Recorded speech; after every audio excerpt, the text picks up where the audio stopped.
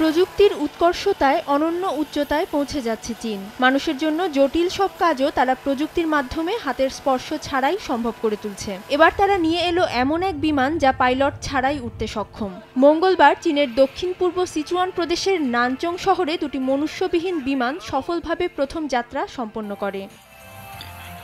Flying কারের কথা এতদিন শুধু গল্পের বইতেই শোনা যেত, এবারে তা বাস্তব করল চীন। পাইলটবিহীন এই বিমানকে তারা ফ্লাইং কার হিসেবে বর্ণনা করছে।